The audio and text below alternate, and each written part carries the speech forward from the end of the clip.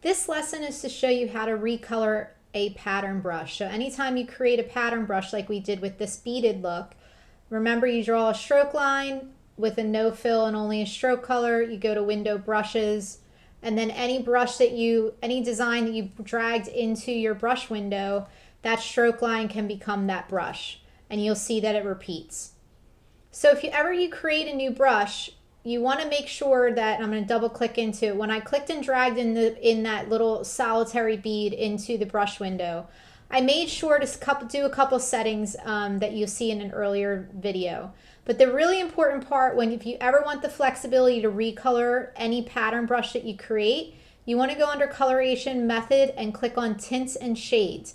If you do not have that clicked and selected and hit OK, then you will not be able to recolor your brushes later on. So really important that you click on that. So once you want to recolor that beaded trim, say you want to make a copy of it and you want a gray version here that's kind of a little bit more pearlized, and you want to do some pop colors, all you have to do is remember these are just stroke lines. Any pattern brush just has one little stroke line running through the middle. So remember that it's always a stroke line, so that means it has a stroke color. So when it has a black stroke color, that's where you have here. So all you have to do, because you picked that tints and shades coloration method, you double click on the stroke color and you can pick another color from the color picker window. And now your beaded design and your pattern brush can change into any color you wish, like this red color, so you can continue to play with color there.